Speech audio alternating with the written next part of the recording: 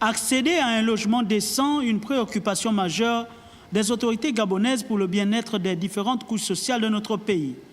Ce vœu, cher au chef de l'État, celui de voir ses compatriotes être bien logés, prend corps. Ici, à 40 km de Libreville, 650 logements sont prévus sortir de terre sur ce site de Kolassi, dans le Komo-Monda, à quelques kilomètres d'Untum. Le projet est un vivier important d'emploi pour les jeunes de l'estuaire. Non seulement c'est la période des vacances et ça nous arrange afin que nous puissions travailler et aider nos parents aussi à payer la scolarité. Et ça nous aide aussi à nous acheter parfois les habits et comment ça nous aide. La visite du ministre de l'Urbanisme et du Logement qu'entouraient les techniciens et autres partenaires à la mise en œuvre de ce projet, dont Jet Afrique Gabon, PME gabonaise qui a en charge la construction de près de 50 000 logements sur toute l'étendue du territoire comme convenu dans les accords, avait pour objectif premier se rendre compte du début des travaux de construction des 10 maisons témoins. Dans le Gabon, il y a des choses qui se passent, notamment en matière d'habitat. L'intérêt, c'est de voir qu'il y a des PME gabonaises qui s'intéressent au secteur habitat. L'intérêt, c'est de voir qu'il y a une production en marge, notamment la production faite par les pouvoirs publics, une production en termes de parcelles et de logements. Destiné aux fonctionnaires, aux agents du secteur privé et dans une commune mesure aux veuves et aux orphelins, la démarche n'a pas laissé les acquéreurs sans mot dire. Nous, à la CECNA, nous avons introduit un agent paysan. Simplement parce que nous avons remarqué qu'il y en a qui vont à la retraite et qui n'ont pas pu, n'est-ce pas, être propriétaires de logement. Et nous avons cette opportunité, n'est-ce pas, d'un promoteur avec lequel nous avons pris contact et nous sommes en train de voir les modalités, n'est-ce pas, qui ont déjà été établies. Et nous, l'effort que nous faisons, c'est de les vulgariser auprès de nos agents et de leur dire que le projet est vraiment une affaire fiable. Nous nous réjouissons de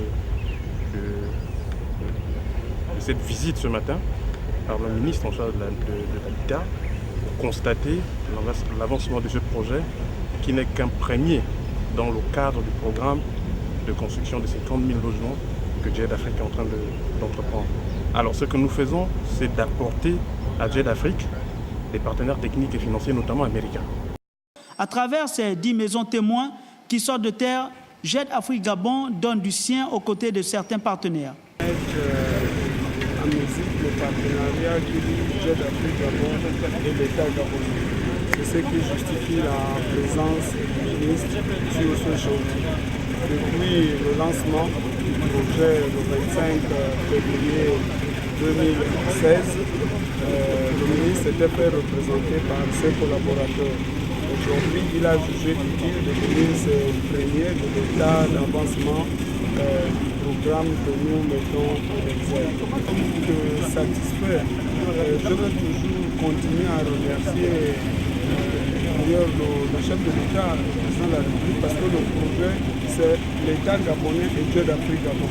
Donc le président qui nous encourage, nous aussi, en retour, nous devons nous mobiliser et faire en sorte que le chef de l'État soit content, voilà, de ce soutien qu'il nous a apporté. Donc c'est ce qui matérialise la présence du ministre ici sur le chantier. Donc d'ici le 10 août du mois prochain, voilà, je pense que nous serons à la livraison de ces maisons. L'État qui entend donner la chance à l'entrepreneuriat des jeunes Gabonais démontre ainsi son intérêt. Nous sommes là pour soutenir ce type d'initiative et nous espérons que par cet exemple, d'autres PME gabonaises pourraient suivre du moins les opportunités d'affaires qu'il y a dans le secteur habitat. Sur cet espace estimé à 40 hectares environ, des logements de moyen et haut standing vont contribuer à résoudre de façon progressive le besoin au logement des populations gabonaises.